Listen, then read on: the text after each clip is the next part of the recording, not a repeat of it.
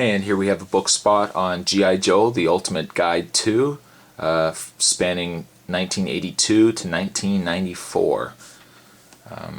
I picked this book up about 2 years ago, and I'm really glad that I did. As far as I know, this is the more accurate of all the G.I. Joe reference books. There's other ones too that have price guides and stuff like that, but this one actually has nicer diagrams, nicer images in it.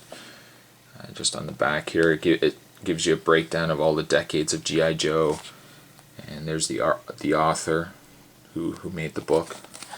If we just have a look inside here, go right to the beginning here. This will actually span G.I. Joe from the very beginning. It'll include all the mail-away figures, the early release figures. It'll show the character, any accessories he would have come with. Yeah. Now the thing is, you're not going to get a very in-depth character too much. Some characters give a little more detail than others, so like Zaymot and Tomax will actually have more of a bio to them. Things like Ripper, for example, from the Dreadnought, won't have as much information.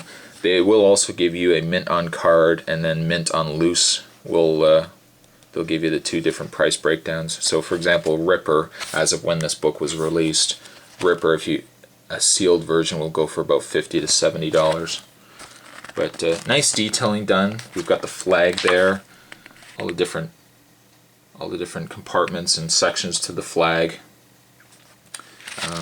And then if we flip all the way ahead here, you get into the later, more flamboyant period of G.I. Joe where they brought in the horrible neon colors.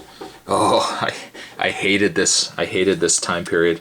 Everything was all this bright orange, bright yellow. But yeah, there you have it.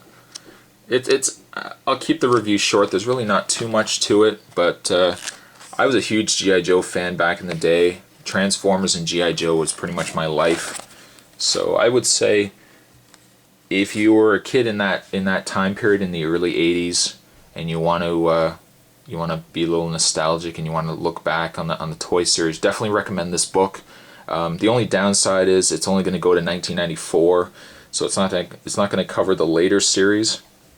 I'm hoping that Mark Balamo, I hope I pronounced his name right, I hope that he'll release a 94 to present time G.I. Joe reference guide as well. I'll definitely want to pick that up, but you want to pick this guy up for sure. Great buy, and some great reading there. And there you have it. Book spot on Ultimate Guide to G.I. Joe 1982 to 1994.